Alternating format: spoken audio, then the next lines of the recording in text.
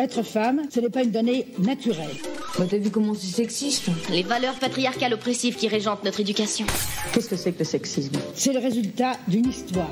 Tout le monde a sa définition du féminisme. On peut plus rien dire. Qu'est-ce que ça veut dire ?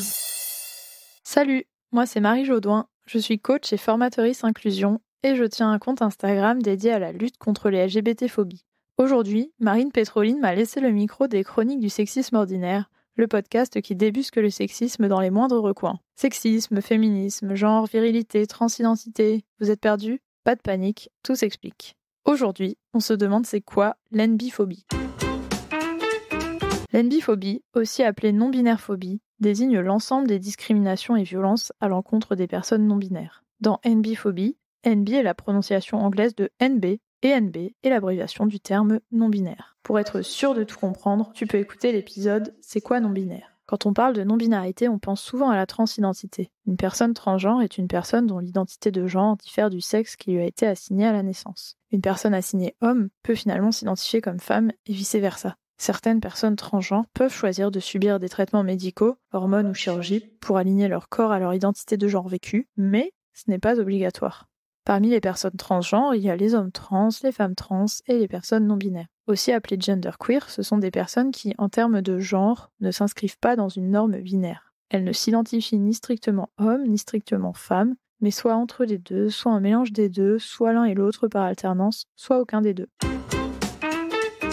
En tant que personne non-binaire, j'entends souvent que la non-binarité, ça n'existe pas, et qu'il n'y a que deux genres, homme-femme, point barre. Écoute l'épisode « C'est quoi le genre ?» et tu verras que ce n'est pas vrai.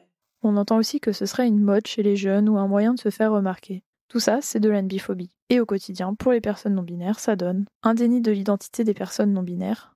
Par exemple, le fameux « Bah non, ça se voit que t'es une femme » auquel j'ai le droit de temps à autre dans mes commentaires Instagram.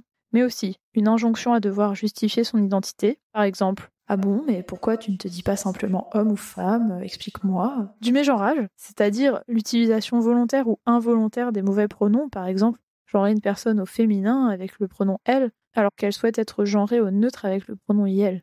Une autre forme d'NBiphobie consiste à utiliser le mauvais prénom. Certaines personnes non-binaires utilisent un prénom choisi. Continuer à utiliser son ancien prénom est une forme de violence.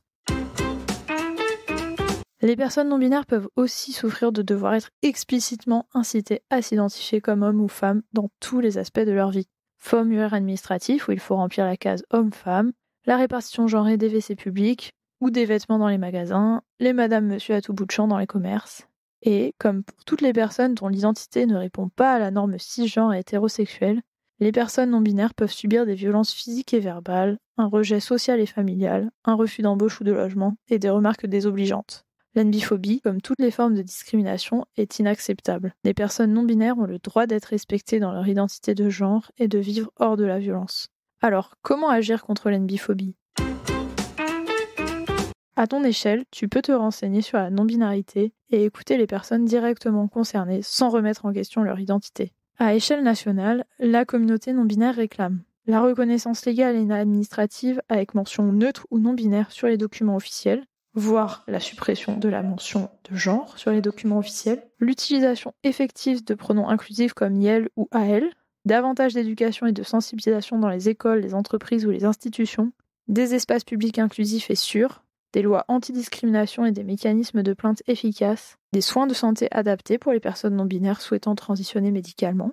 Pour rappel, être non-binaire peut impliquer de vouloir prendre des hormones ou faire des opérations, mais ce n'est pas forcément le cas.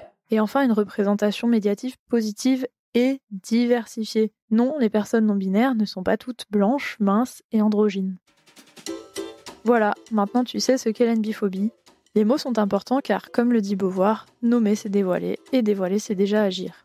Rendez-vous dans le prochain épisode pour continuer à nommer, dévoiler et agir contre le sexisme. En attendant, vous pouvez retrouver les chroniques du sexisme ordinaire sur les réseaux sociaux et vous abonner à la newsletter pour découvrir encore plus de pépites antisexistes. Si vous pensez que tout ce qu'on raconte ici est important pour arriver à plus d'égalité, parlez-en autour de vous, laissez-nous des mots d'amour sur Apple Podcast et Spotify. C'est important, ça permet à d'autres personnes de découvrir le podcast, et puis nous, ça nous fait plaisir de savoir que vous appréciez ce qu'on raconte. Quant à moi, vous pouvez me retrouver sur mon compte Instagram Marie Jaudoin pour plus de contenu LGBT+.